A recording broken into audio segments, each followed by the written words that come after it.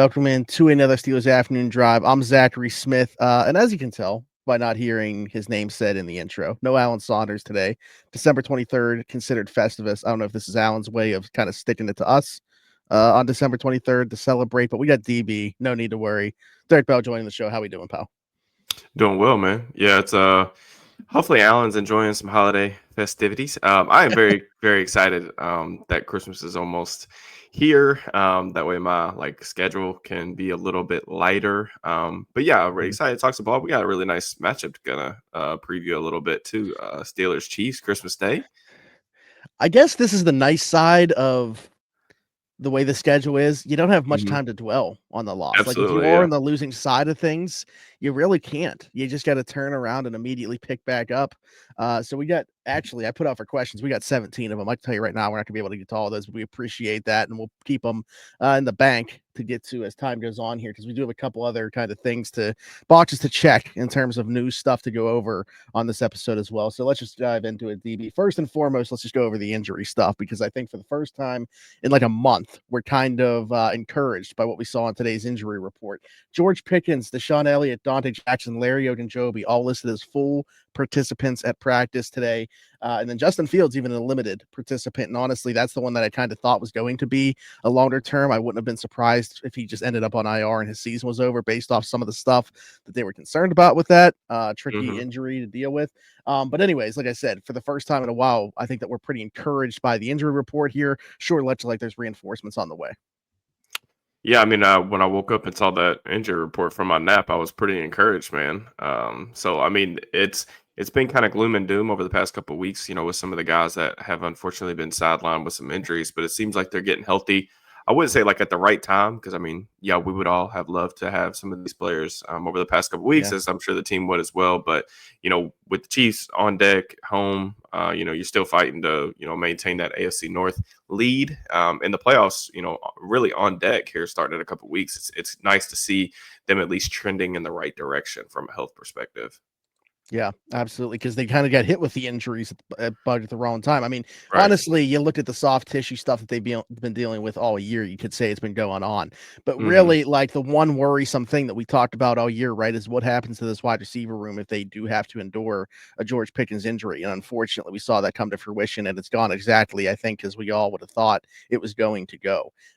Not just the receiving, but obviously the entire offense and the way that it kind of changes the landscape for them when you lose a guy like that. And we're going to get into some questions that kind of involve that as well. But yeah, not too much to add. Obviously, those guys trending in the right direction. We'll see if all four of those guys are able to go. It's just interesting because they're not going to do much tomorrow. Right, so it's like you assume them being full participants the one day that they're going to have like a practice. Even George said it was really just a walkthrough, so you don't really have like a full type of practice on this week, which makes it interesting as well.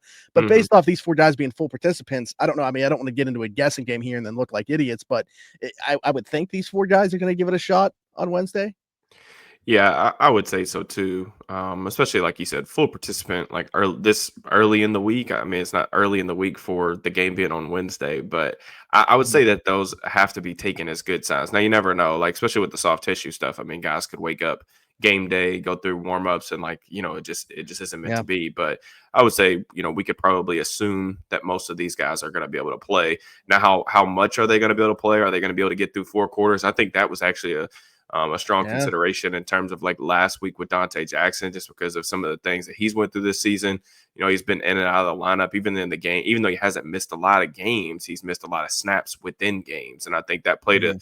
part in them, needing to give Corey Trice a helmet to kind of plan accordingly with that. So, those decisions will have to, be made before game time.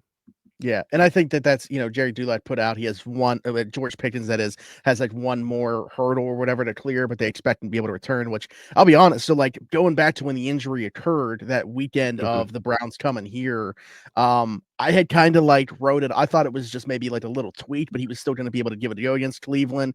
And it didn't hmm sound like it was that bad. So even if he missed that game, he didn't think to be more than that. Then it ends up coming out that it's like a grade 2. It's worse than I thought. And he's going to miss time. And then I think you hmm and I had both heard some stuff that like they're hopeful that he'd return for the last game of the season against Cincinnati. So I'd say it's kind of a pleasant surprise if he is able to give it a go against the Chiefs here. Yeah, as soon as I honestly hadn't, I was like you. I kind of assumed that he was going to be able to play against Cleveland. They announced he was out, and then within like 20 minutes, somebody hit me up and was like, "Yeah, it's more likely we're looking at like Christmas final week of the season. This is not like a 1 week type of thing." So, yeah, I mean, I'm at least grateful. Him returning on a short week like this against the Chiefs, obviously a huge boost to the offense. I mean, we can go through the stats we talked about. We've talked about them at nauseum. I feel like over the past couple of weeks of just how much better they are with him on the field as opposed to without him. The offense did, look better last week than it did against Philly, which was kind of a step in the right direction. But they kind of had to like empty the clip a little bit. Like Art even mentioned that in his media session, I think today, and was like, yeah, we showed a bunch of stuff like we haven't done all season long. Yeah. Mm-hmm. You Yeah. know, really have a lot of options to turn to. So, yeah, I mean, it'll be nice to get, your number one guy back on the field. We can talk about that too in a bit too, because I mean, I was kind of encouraged by the way that the offense moved the ball at times and some of the stuff that they at least showed within there. And I'm curious to see, like, okay, now you do have George back. Let's continue to see some wrinkles that we haven't seen yet with Yeah, him actually sure. being a part of it. But okay, so getting one half of Gin and Juice back. However, he will not be reunited with former teammate Diontae Johnson, who was claimed off waivers by the Houston Texans. As we sit here, and I'm sure that this information will be relayed to both of us at some point here. Mhm.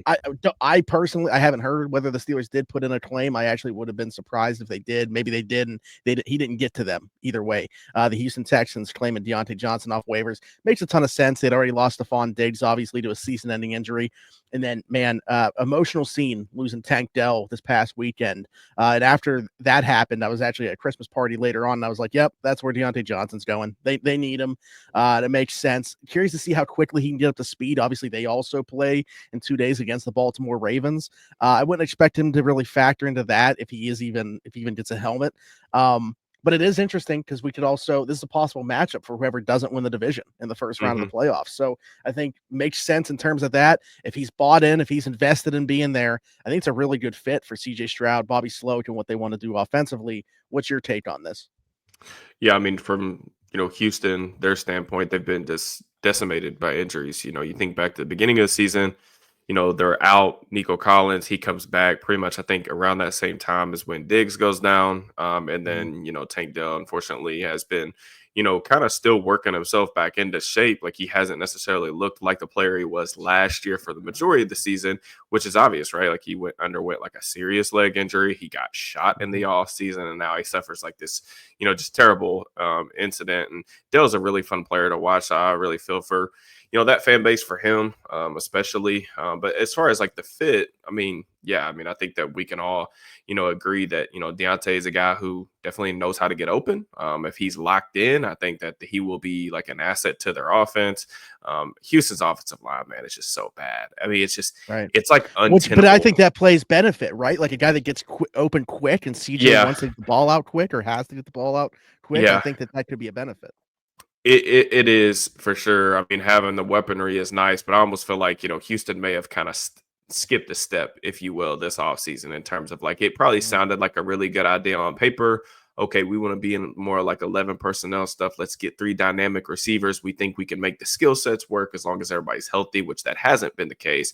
But the interior of the offensive line, like they can't pick up any type of like stunts, blitzes. They got guys just basically being turnstiles in the middle. And it's really caused Stroud's like entire game to kind of fall off a cliff a little bit. Like you look at all the numbers, like his numbers this year are pretty bad. Like he's in the bottom third of a lot of like important quarterback metric categories. But you watch the film, you watch him play, and you understand why that is because it's basically he's hitting his back foot and immediately has to bail out of the pocket because it's just there. Mhm. It's a leak through the offensive line. So that element of it, I mean, you mentioned like a potential matchup, like for Pittsburgh, if they don't win the division, Houston's definitely going to get the 5 seed, or 4 seed, in my opinion. So, whoever takes that top, wild card spot is going to head to Houston. I actually, wrote that after the game on Saturday. As much as I would love a home playoff game, like traveling to Houston isn't the worst thing in the world. It would kind of add just even more of a fun dynamic. If Diontae Johnson's playing, you got a little bit of stuff there, but we'll see. He's not going to play a factor, in my opinion, this week. But could he get caught up to speed, help them in the playoffs? I don't know. We'll see. It's funny because you basically just said exactly what our guy, the Facts Mob, he's always got a question for us when we're on here together. Since Houston is probably locked into the 4th seed as AFC's division winner spot, or AFC South division winner spot, would it be more Mhm. beneficial to play indoors against an injured Tank Dell-less Texans, or push for the division unrested and maybe get, Cincinnati, I guess, could even end up being that's just depending on what happens there with the Chargers, Broncos, obviously the other teams that are still in play there. But what's your take on that? I mean, he specifically asked about Cincinnati, but I'd open it up even to the other teams within there. Like, would you rather go to Houston as the 5 seed, or host that game against, potentially a tougher opponent than where Houston is currently at? Yeah, I mean, I actually wrote about this. I think it was last week, maybe about a week ago, about the fact, like, just like ranking the teams in terms of like what the best matchup hypothetically Mm-hmm. for the Steelers would be. And Yeah. my like most favorable matchup was Denver, just because I think that even though Denver's got a great offensive line, like we know how Bo Nix has played against pressure. Nothing that Denver does offensively, although they've been better, like really scares me from a schematic standpoint. The things that they like to do aren't necessarily things that give the Steelers a lot of problems. And I just think that they would be able to make Knicks pretty antsy in the pocket, even if their defense is really good. They've Their kind of defense fallen is really good, but I don't know how you feel. It kind of seems like they've been trending in the wrong direction. for They're almost sure. kind of like the opposite of Baltimore. Like Baltimore's been going in the right direction defensively, and it seems like they're the Well, you know what opposite. they say? It's like man coverage. They call it cat coverage. Like you got to have the cats to cover. And no Riley Moss, man, the white Bronco, like has Yeah. taken a toll on that defense. They look like completely Hmm. lost because they don't have that dude out there. But I mean, I just think Denver to me would be the ideal matchup. But then, like after that, I actually put Houston of all like the teams in the playoffs, and then the teams that could potentially make it. I put Houston as that next best matchup, and that it just goes back to the things I said. I think Houston's offensive line is just so bad. Like Stroud is definitely capable, of catching a heater. But the offense like still doesn't run the ball like overly efficiently. I think Stroud's a really good player, but you take some of his weapons away and just how they've played up front is scary. But a lot of these defenses that the Steelers are going to play in the playoffs, I think you can really look up and down what the AFC playoff picture could look like, and you could say like they can get the Steelers offense like trouble just based on how Hmm. they've played over the back half of the schedule, especially recently. Granted, no George Pickens, but I'm just like mainly looking at the offenses because I think the Steelers' best way to win every week is like, can they dominate up front? And like Houston's a team that I think the Steelers will just absolutely obliterate up front. That's interesting. Yeah, I mean, I kind of feel the same way.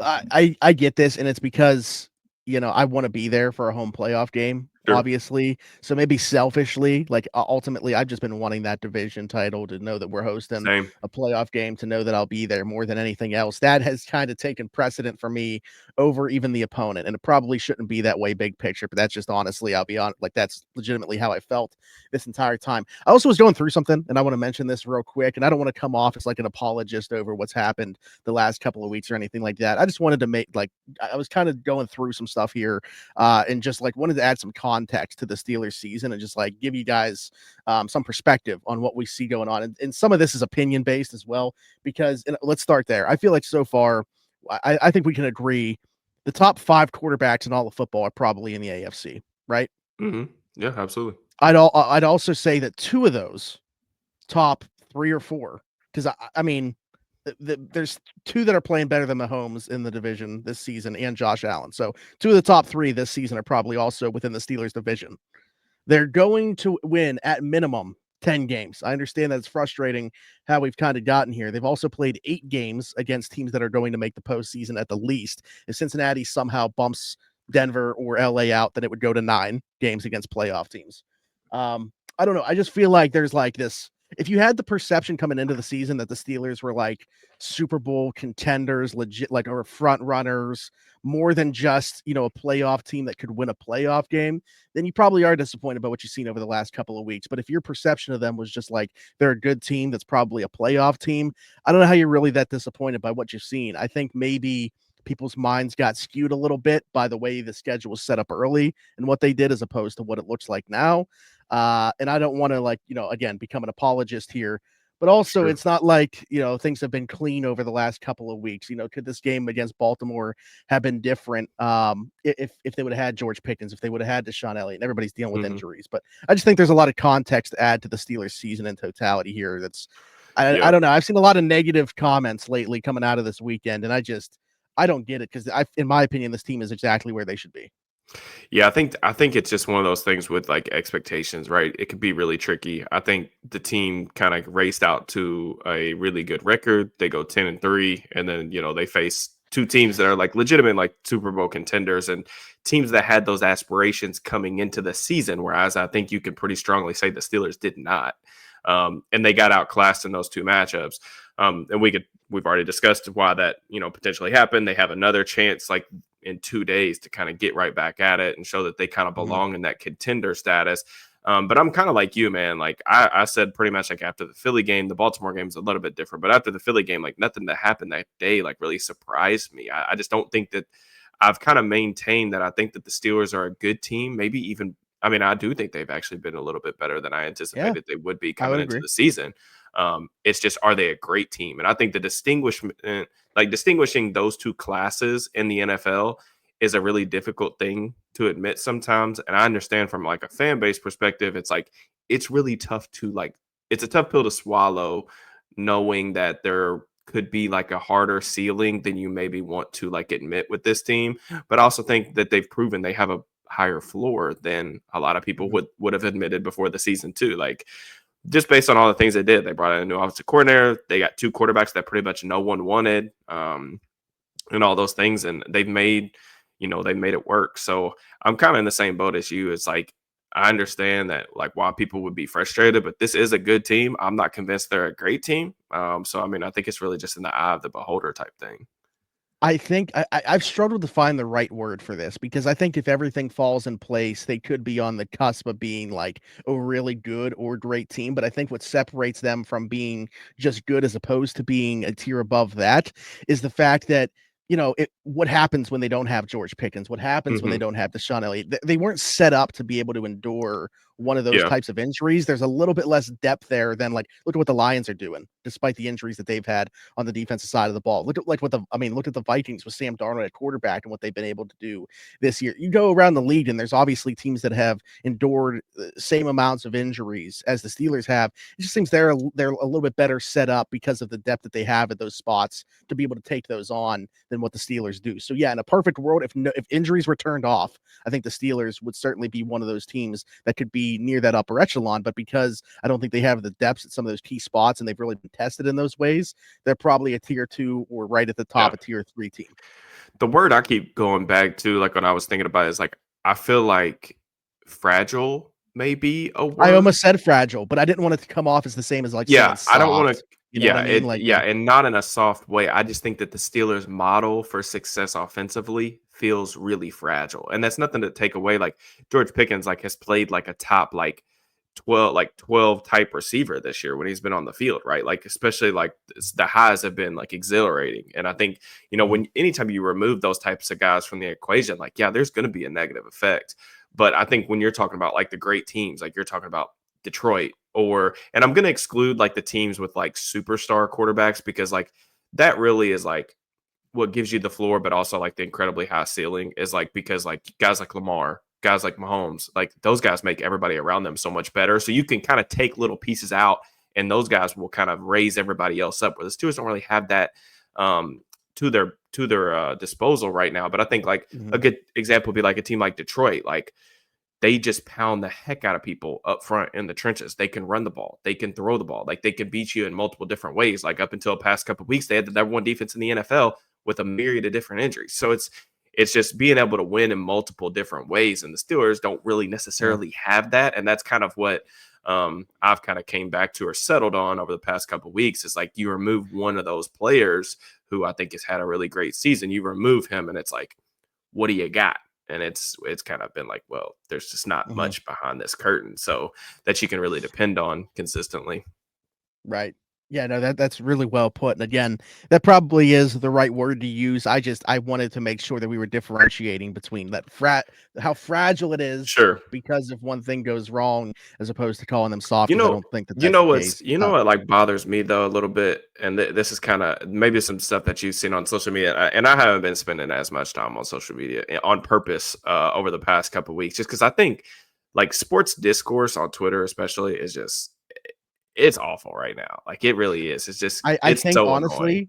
and it's tough as somebody that like is also in this, I don't even want to say in the same space, but like as somebody that does Yeah. sports podcasts quite a bit, it is a big part of my life. It's I think that is why it's like trying to emulate that like Hmm. online. Like I think that we've seen it be like a trickle down effect from the very top with what you see on, the 4-letter network and the big platforms. And it's just a trickle down Sure. effect of people trying to emulate the same stuff that they see over there. So whether that is, in a TV form, podcast form, radio form, and now we see it just typed out online. And I think it's all the same. Yeah, and I see like people like like just talking crazy about like players individually, like atting them online, and calling them Yeah. bums and everything like Yeah. that. But like you have like I don't think people really understand like how and I won't speak for every single player on the Steelers or every single player in the NFL. Like, are there knuckleheads on every roster that are doing this specifically because of what it puts on their paycheck and they could give a damn about whether they win or lose? Absolutely, man. But I don't think that people really understand like how much these guys like want to win, like how much it bothers them when they lose. Like there are players like on the Steelers that will dwell over like losses or not playing well for days. Like it literally affects everything that they do. And as fans, like you shouldn't. And I won't tell. I try to make a point not to tell people how to be fans. Like to be clear, but like it's just a sport for fans, for me, for you. Like it's supposed to be fun, and I think some of that, like being online or being on social media, it has taken like the fun out of the sport. Like people are just so miserable when they talk about these things, especially like when their team loses. And like that's kind of Mhm. for me why I've almost transitioned more to like being more of a fan of the sport or the actual game itself rather than being strictly just rooting for the Steelers to win on Sunday, is because like it's such a beautiful game that you really should be appreciating instead of letting the final score dictate your mood for 7 days a week. And I've been there. I was like that when I was younger, Mhm. and I'm just not like that now. And I just think it's a really unhealthy, the way that I think most people seem to be consuming the sport right now on social media is really unhealthy, not just for them, but for like how we talk about the game. And it really bothers me I in feel like rant. I've done a better a better job as of late as well because I think I was the same way as what you're describing and as you said you were in terms of letting my emotions be impacted by the results of games in the past. They have done a good job of kind of separating myself from that now, but I think a big part of it too is we're just like constantly reliving it as well with about like thousands of people online in every Mhm. moment. Like when you're live tweeting a game, and don't get me wrong, like I have my phone in my hand as I'm watching the game, and I'm certainly firing off tweets as well. Sure. But again, like I feel like I have necessary perspective on all of this now. I don't know that everybody does, and that's not me. Like again, trying to talk down to anybody. It's a different way, I guess, of being a fan, and I just like you think it's kind of unhealthy to go about it that way. But hey, I guess I can't knock the passion at the very least. I can Sure. appreciate where that is coming from. But, uh, yeah, nuts, especially, like, with the Steelers specifically. I wonder how different our perspective would be if it was a team. I don't know, who's the most, like, irrelevant team? I'm not saying bad, but, like, irrelevant from a fan base perspective. I Um, always think that the answer to that for me is Cleveland. That's why when you all were when we were talking when we well, were see, joking but around they're, like, about super Baltimore. passionate, though. Yeah, Like, that's true. Chargers? Like, imagine if we were, Like like, Chargers yeah, fans who like the don't even have. Panthers or something like that. Yeah, like, imagine what it would be like. They probably don't even, like, "Oh, we lost. Alright, well, I'm just gonna go to the beach." Like, Right. Yeah. but anyways, all right. I want to shout out Joe, by the way. Joe Aber asked basically the same question that we had kind of just dove into anyway. And I apologize. I didn't even see that until I was kind of scrolling through him here because he said, season going as you expected preseason. Thanks as always for bringing the great content, my guys. Yeah, I mean, we both talked about maybe slightly better even in terms of that. Mhm. Like it's and over where Vegas had them as well, which seems to always be wrong when it comes to the Steelers, but they've certainly overachieved those expectations by a game and a half already, despite what happens in the last two here. Mhm. Jonathan says, "What do you think Andy Reid will think of the offense on tape?" I, like he's the head coach, so I'm sure like he's going to look at it and stuff as well. But I think Mhm. he's going to concentrate much more on the Steelers defense, and this is like more of like what does Steve Spagnuolo see when he looks at the Steelers offense than anything else. So you can take that question however you want, but I just wanted to add that because I don't know how much Andy Reid is going to be diving into the Steelers offense on a short week. Yeah. I'm not to answer Joe's question. I don't know that Andy Reid's gonna be looking for like inspiration and like what Arthur Smith is dialing up. With all due respect to my guy Art, but I don't think that's gonna be the case. Like I said, I think the Steelers are a different team to prepare for when they've got George Pickens out there. Like there are certain things that you can take away when he's not on the field just because they don't really have the other players that are capable of winning one-on-one on a consistent basis. So that would be, to me, if I was going into game planning against the Steelers, we've seen what it looks like when you take him away, like when he's not really a factor, when he's not on the field at all. How much resources are you willing to dedicate towards him taking away, the type of coverage contours you're willing to, play on the back end to make sure he doesn't get loose, especially like with those explosive plays down the field. But that's really the number one thing for me. Like, it's kind of one of those things for Pittsburgh until the Steelers, like if I was game planning against the Steelers, it would be a lot of like, if I could split field coverages, I'd be playing a lot of cover two, like Clown George. If anytime he was on like the backside of like 3x1s and everything, like I would make sure always have a safety over top or with eyes on him.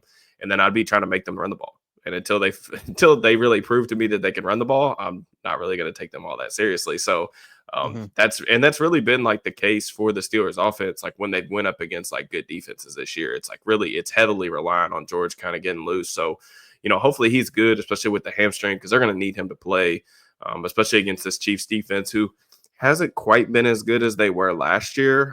But this is still like a really solid unit who definitely has some players on that side of the ball that can really swing the game one way or another.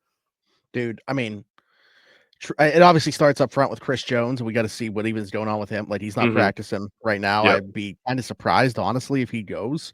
Yeah, huge George, for them too, especially because one thing with Jones, just real quick, is Spags is really good about getting Jones one-on-ones because he does like automatically get, like every team like game plans to double him.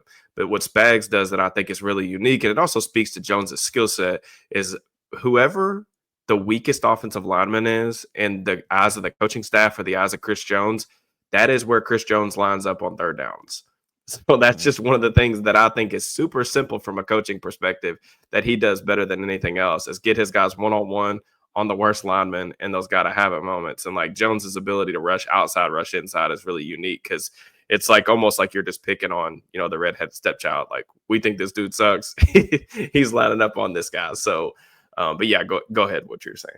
No, I was saying he's obviously the one that stirs the drink for that defense, but like Trent McDuffie's probably my favorite player on that defense. Yeah. I mean, I think he's the best rundown corner in the NFL. I think what he does from that perspective doesn't get talked about enough. And he's obvious, and he like, it's crazy to me. I didn't even realize he didn't have a pick. Like how impactful he's been. Obviously, I guess that just goes to show you how variance interceptions can be, and not to just take that as the stat to look at for defensive back play. But it was crazy that he got one and then like immediately got a second one as well. Like, what's funny about that is like McDuffie had been playing on the outside like pretty much all season long. They didn't have L'Jarius Sneed, and they've had some injuries, and they just haven't gotten I would say like their other outside young corners like haven't necessarily stepped up the way I think that the Chiefs were kind of hoping to, because they've kind of manufactured those guys out of like low draft picks. Been like a Yeah, they didn't really get that this year. So McDuffie's really played primarily outside. The interesting part is the last 2 weeks, he's been playing more on the inside. So I'm curious on like what they do from a schematic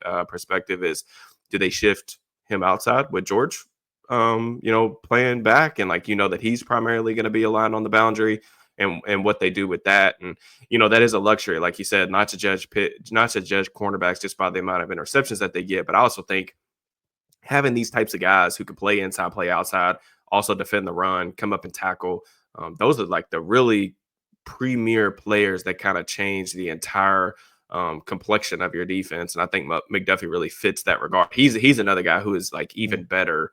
I think he landed in a perfect spot for his skill set, but he's even better than I imagine he'd be coming out. Yeah, absolutely. Josh here says, I heard Arthur Smith today say they tried to steam Freiermuth more, but the Ravens took that option away. Just seems like the offense can't adjust once the defense stymies the initial plan of attack. What can Smith and the offense do when their plan does get foiled? I somewhat agree. I would be curious to hear his reasoning. Not that he owes it to me or anyone else, or why he would divulge this information. I would be curious on how he thinks that they tried to scheme him open. I didn't necessarily feel like that on film. I think the first third down in the game, it's like 3rd and 2. They're running a little stick concept. He's the number 3 to the right side of the screen. Russ looks right at him, turns it down, tries to roll out of the pocket, he throws it away. They go 3 and out. So it's like certain stuff like that. There was 2 times in the game, particularly, I think both on 3rd down, where it looked like Russ's eyes went that way and he just didn't pull the trigger for whatever reason. And that's a quarterback thing more than anything else. And Russ made they're some plays. Both like 25-yard gains, by the way, that we're talking about. Like, yeah. Yeah. So like those things are definitely, I don't want to put that on like offensive architecture, scheming, or anything like that. There's also like just the reality of like when you watch them play, they run the same plays over and over and over. Like it's just so much, four verts, stick. I mean, it's the same stuff like over and over again. And that's kind of what I was talking about too, like with like the fragileness of the offense is it just feels like they're so siloed in the things that they could do. Now, where I will give Arthur Smith credit is like that second touch, the second drive, I think that they went down and scored. It was like all of the things that we have been begging them to do in terms of like getting in the gun, running out of a little bit lighter, trying to get some lighter boxes, getting into more like gap or power schemes. Like they ran a couple different things out of the gun this week. They tried to, I think they ran like long play trap action stuff. Long trap a couple times, and then they kind of countered that with, you got some pull protection. So you pull an offensive lineman, but you end up faking the play action. They end up hitting Van Jefferson down the middle. So there was definitely some stuff with that. That little fake pitch play and hit Skoranek up the seam. Like that's something they put on film all season long. So I mean, it's good to go to that stuff. But I would like to see them do more to get Pat involved. Like, especially like when he's your number one option. I also think that they're really predictable in like where he aligns and if he's on the field or not in terms of like what they're trying to do offensively. I think that there's just some tendency things that other teams have really been able to pick up on that kind of hurts the overall effectiveness of the offense. Yeah, absolutely. I was gonna say, I think it's like twofold, right? Like, I think that there is certainly some schematic stuff that could be done. I also think that Russ is just like turning down throws to him at times. And Yeah. like, I don't know. I think it's an interesting conversation because somebody just asked us about this. Like, it was kind of a statement to the last question. They were like, I see people crapping on the Freiermuth contract.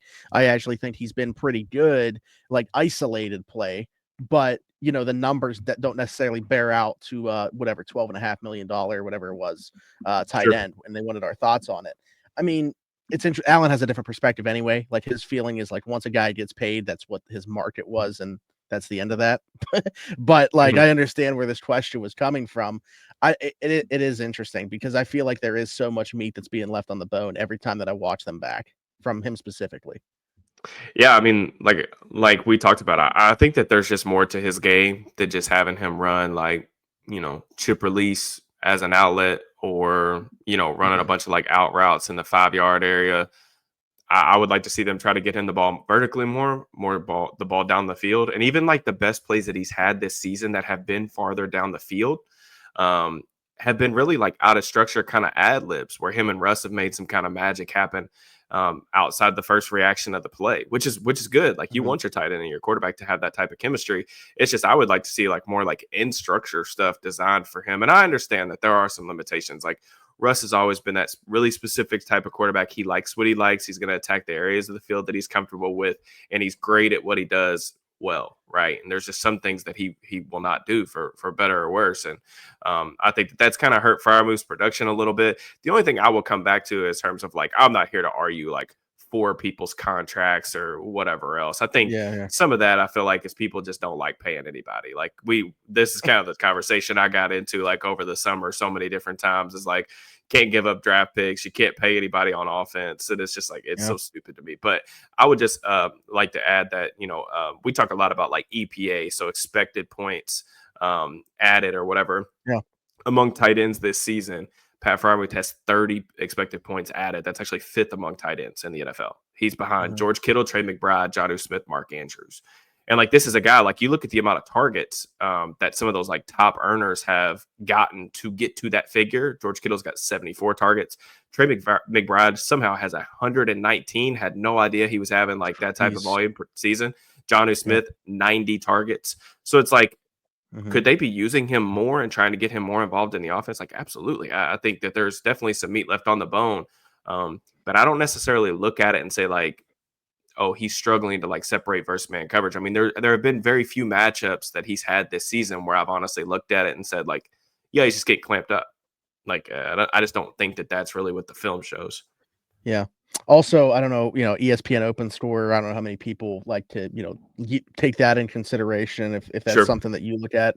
7th among tight ends, but also like 2 of the guys in front of him are like more like part-time tight ends, like guys that don't even have like 40 targets this year, like an Austin Hooper, who's this number 2 guy behind what's his name? Hunter Henry in New England, and Jawan Johnson in New Orleans as well. So I don't know. Yeah, again, I think it just bodes to like there's a lot of numbers that kind of point in Pat's direction that isolated. He's been fine this year, and he's just not getting the ball as much as we'd like to see. And that's kind of the thing too. Like, anytime you're evaluating, wide receiver production or tight end production, is like it's tough to segregate that from the effectiveness of how the quarterback is playing, or also like how the offense is structured in general. And I think that that's just part of it, man. Like, it just matters. And not to say Russ has been bad. Like, you talk about like earlier, we were talking about like if the Steelers have met expectations, like Russ has probably been slightly better than I would have imagined. I thought that they could get competent quarterback this year out of Russ or Fields, but like,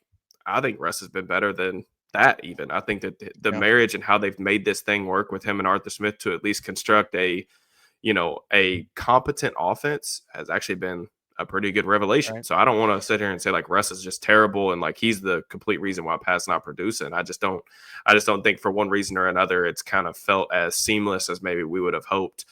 Whereas like you look at like him and George's connection, I think like it doesn't take a freaking genius to know that like Russ was going to mesh extremely well with him because of the type of players that Russ has had success with over the course of his career. The things that Pickens does really well meshes extremely well with Russ's strengths. So, but yeah. Also, last thing that just kind of goes back to them being fragile here. Obviously, like Russ hasn't turned the football over a ton, but it's just like the way that they're doing it too. I think people might have a different perception of the season that he's had. Like when you are directly taking points off the board, and even 2 times, whether you look at the Cam Taylor, Britt, or Marlon Humphrey now, adding points immediately for the other team in the form of a pick 6. Like it doesn't seem like his turnovers have just been regular turnovers in the field of play. It's directly resulting in either points being taken off the board, like the interception, the first meeting with Marlon Humphrey where he throws it into the back of the end zone, the fumble at the 4-yard line, or 2 pick 6s. Like these aren't just regular turnovers. It's immediately resulting in them either not having points themselves or going back against them. Yeah, I mean, and the reason I said it plays into fragile, it's just not an offense that's obviously built to be able to kind of take those hits. Yeah, they just don't have as many. Like I will 100% like, but you look at like some of the numbers and like you can pick whatever metric you want to look at, but you just look at the offense success rate, EPA per play wise. Like Russ is 20th, I think, in EPA per play, and that some of that's like negatively directed by some of the performances that he's had without George Pickens, and these numbers were a little bit higher with George in there. But you look at success rate. I mean, Russ is like 25th in the NFL among quarterbacks in success rate. That to me is like completely fine. Like if you just took like the snaps where like George is on the field, he's probably like average ish in EPA per play, below average in success rate. And like if you were to tell me that that's the type of quarterback they were going to get coming into the season, I'm perfectly good with that because he's on a vet. Like you're paying him peanuts, literally. So it just doesn't matter to me. The biggest, I would say, disappointment for the Steelers this season is just how they've been trying to run the football. Like I just keep I talked about this a little bit in like my preview on my channel last week, but I really thought that we were going to get into a place this season where we would get to the final month of the year and this offensive line would be really gelling and the run game would be something that they could really lean on. And if we could say, hey, like, can we escape 2024 with an offensive line that we feel like is like top half of the league, I would feel great about that, because then like if you get one of these quarterbacks that pans out and the offensive line is trending in the right direction, you can kind of geek yourself up to what this would look like. Second year with Arthur Smith, you kind of drop whatever wide receiver 2 in, because we know that that's a big void. Like, what would this thing look like next year? And I just don't see the development up front. It just feels like we're still going to be like at least another year away from them becoming a group that you can really rely on. I mean, because like we could talk about like people, I've already seen some of it. Like people talking about like Russ's like shortcomings, especially like no doubt the turnovers were a huge thing against Baltimore, but he did some good things too. But like you can't be 26th and rushing success rate and run the ball at the second highest clip in the NFL behind only Philadelphia and expect that your offense is going to feel like a really dangerous unit. And like, that's just the way that things have been. Like, it just hasn't been very impressive up front. They can't run the ball on anybody. So they haven't figured out a way to do that regardless. And that's just kind of disappointing. Which is obviously going to leave you with questions, not only, do they just need more time to gel within this group, but do you have the right guys within this group? Obviously, we kind of expect they're going to turn over one of the tackle spots regardless, with Fautanu coming back and Dan Moore set to be a free agent. But then you even like start to question, okay, is Broderick Jones still somebody that you want to continue to invest in? Isaac Seumalo obviously only has next year on his contract, and then what? Are you seeing enough from Mason McCormick as a 4th round rookie to not go and get somebody else? Like I think that it brings a lot of questions to the forefront. It's gonna be interesting to see what the approach is there. If the trust is within this group and it's just about more time to gel, or if they feel like they don't have the horses up front. Yeah, I think to me, I think the biggest question going into the offseason is going to be, I think individually, like McCormick, who I think I'm a little bit lower on than it seems like the fan base is. But I think if you've probably seen enough to where like I would want to continue to develop him. I don't know that I would necessarily want to be going into next season with him as like the surefire, set in stone type of starter. But I've seen enough to where like I would want to keep developing him and see like what he turns into. The tough part is like, can you really going into next season with him and like this version of Broderick Jones with the way that those guys have been playing, especially in the run blocking game? It just, I don't know if this is going to be your identity. Like, do you feel good enough about going into next season hoping that both of those guys really take a step forward? Whereas McCormick, like, he's only a rookie. Like, we understand that. But, like, Broderick, like, we're getting to the really latter stages of year 2. And, like, that was kind of like some of my optimism, too, coming into the season with the offensive line was, like, even if I probably thought that Broderick's rookie year was more of a struggle than other people, I thought that, usually kind of these guys that are really raw tackles, they usually hit their stride. If they do, usually in the second half of their second year. And like, that's really, like, by now this should be where. Yeah. And like, he was always a guy like, okay, like, let's just see what this looks like in year 3. Like, I know he's going to have some deficiencies early on, and that's really been the case, but like, I just haven't seen enough to feel comfortable with like running it back with him and expecting that this is going to be like the unit that they really need it to be. And I also think there's a running back question in there. I'm really 100% confident that this is not like the scheme for either one of these backs. It's just my opinion. And that's not to say like Warren and Najee aren't competent backs. Like I do think they're solid running backs in the league. I just think for like what Arthur Smith wants to do offensively, I just don't think either one of those guys are really, the perfect fit for that. So then that's a draft question, and how can you go get somebody that you really like and whatever. Yeah, Caleb Johnson's not even going to have to look that much different in the uniform that he's going to be wearing. So I would say another guy too, like Caleb Johnson's been the guy that I've kind of pounded the table for, but Nick Singleton from Penn State, like he's another guy. My guy Nick Martin has been talking both those guys up. But there's several different guys that have got experience in this like outside zone system, and with the outside zone stuff, when you want to do this, like your offensive line has to just work in like perfect symmetry. And I just haven't really got the feeling that this group has gelled enough to where that's been the case. And I think that there is value in bringing those guys back and trying to continue on gelling as a group. But I also think like it comes down to like talent too. Like you need legitimately good players. And sure, right now offensively, I think they've got one really good player, but he's a rookie center. So it's tough. It's really tough. All right, last one because we'll make this quick because we've already gone Mhm. longer than we normally do, which typically happens when it's the two of us on here. Bergie says, "What defensive scheme is going to most likely neutralize the explosive plays by Mahomes, his fast receivers like Worthy and also Pacheco in the run game, along with forcing him to hold on to the ball longer without giving him the opportunity to hurt you with his legs?" So there's a lot there. To be honest, it's weird because I feel like we haven't even seen like this Chiefs offense that we're going to see this week hasn't really Mhm. been together yet as a group. Like they just got Hollywood Brown back in the mix, and obviously he's only played one game so far, and that was just a few days ago. So it kind of changes the dynamic of defending them, in my opinion. Also, like you're saying, Mhm. explosive. At least going into last week's game, they had the second fewest explosive plays in the league. That's not really how they're getting it done. Despite when you think about the speed that they have and a guy like Xavier Worthy, you would think that they're really taking those shots down the field, creating a bunch of explosives. That hasn't really been the case though this year. And I don't know if that all of a sudden is going to change within the next couple of games because of getting Pacheco back from injury, with getting Hollywood Brown back in the fold. Obviously, they went and got a guy like DeAndre Hopkins, who I don't necessarily is going to create that explosion himself, but maybe what he does for other players on the field, I don't know. But again, this is an interesting question to try to answer because they haven't been that team yet this Mhm. year.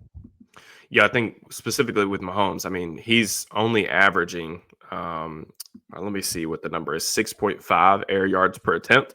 That is 32nd among qualifying quarterbacks. Like, this is a dink and dunk style of offense. Now, it's almost akin to like kind of how some of those later year Patriots teams felt in terms of like what they wanted to do up front. They want to be kind of this downhill rushing attack, and then like Mahomes is just going to be brutally efficient with his arm.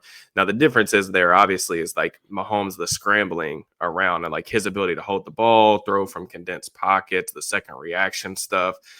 He's somehow like 0.001% faster than whoever it is that's chasing him, which is extremely annoying. Yep. But yeah, to me, it's not really the explosive play element. It's just the fact that you're going to have to make sure that you stop the downhill run game. And then you're also going to have to do some things in terms of being really sticky at coverage. Because like if you play, like I don't know what, I haven't looked as far enough on Mahomes splits just against like cover three specifically. But if you're just going to play like zone coverage against them all the time, it gets really difficult because not only is like Kelsey extremely good about finding those zones, they're always on the same page, but Mahomes has shown that he's more than willing to just take underneath completions and like make you tackle the catch. And the whole thing with Kansas City, the way that they like to play is like they're gonna win like the first down battle, and they're just gonna like maul you to death. Like they're gonna suffocate you out as much as they can on defense, and like they're more than that's why like their games like they haven't even scored 31 points this year. They're one of like 3 NFL Right. teams that hasn't scored 31 or more. But And like their I record, think there's four, and the other three all have 3 wins or less. yeah, I mean, they just they completely have a good understanding of like, okay, we know that we can somehow manufacture like mid 20 points. But how we're gonna do is we're gonna control the clock. We're gonna make sure that like we stay on the field. They're also another thing about them that I think I looked up earlier today is like they're the number one third down offense in the league. And like where Mahomes gives them Shocker. a really big advantage is third and long situations. I always think that's a good statistic. If you want to look at like the truly elite quarterbacks, and this is something I thought like back in the day that like always gave the Steelers a huge advantage when they had been, but like third and 7, third and 8 and longer, like the elite quarterbacks where you can't rely on play action, you're going to get into like pure pass situations, exotic looks like that on the back end from a defensive perspective. Those are where the elites kind of shine, and that's what Mhm. Mahomes does. So to me, it's not necessarily about stopping the explosive plays; those aren't good, but it's about like trying to disrupt the overall rhythm of the Chiefs' offense. Right. Yeah, a pretty average offense other than what you're saying, 51% third down percentage. So like they convert on those money downs, and they've been able to extend drives, make them long drives, exasperate them, and just shorten the game, really. And Fewer another possessions, obviously. And go Another ahead. thing, they're not even good. Like the one difference between like this Chiefs team and like other Chiefs teams, and the reason why the point figures haven't been as impressive to what we're used to, they're not good in the red zone. Like they started the season terrible in the red zone. I don't know exactly what they're Mhm. ranked right now, but I know they have to still be like bottom third for sure. Because I know early in the season they were like 30th, and they were still obviously only had one loss at the time too. So this is one of the things that they do. They control the clock, and they just beat you down. So to me, it's more about can you get a couple turnovers? They are gonna have a massive advantage on the edge. So we'll see what TJ Watt's health looks like. To me, he didn't quite look like himself last week against the Ravens. That's going to be a huge thing. But the tackle spots have been a huge weakness. They're playing Joe Thuney over there right now at left tackle, which he's losing slowly. Thuney's a heck of a player, man. He's a great guard. Dude, yeah. It's pretty crazy that he's even able to go out there and play. But yeah. Good stuff. Like I said, this was a longer episode, but we appreciate that. We appreciate the questions. DB, tell the people they can find you before we get out of here. At Steelers_DB on Twitter and YouTube. You can find all of my written work on SteelersNow.com. There we go. Be sure to like, subscribe, hit that notification bell here. I will be back for a Christmas Eve edition of Steelers Afternoon Drive with Alan Saunders tomorrow, probably a little bit earlier. You guys will get that normal, going back like a year, 4 p.m. time slot, I think, for Steelers Afternoon Drive tomorrow. So looking forward to that. If you're listening somewhere else, Apple, Spotify, wherever you get your podcast from, be sure to leave us a 5-star review, subscribe over there, and do the same thing on TikTok as well. Steelers Afternoon Drive, find us over there. And you'll find me everywhere, Zachary Smith, PGH. For Derrick Bell and myself, thanks for jumping in. Take another ride on the Steelers Afternoon Drive.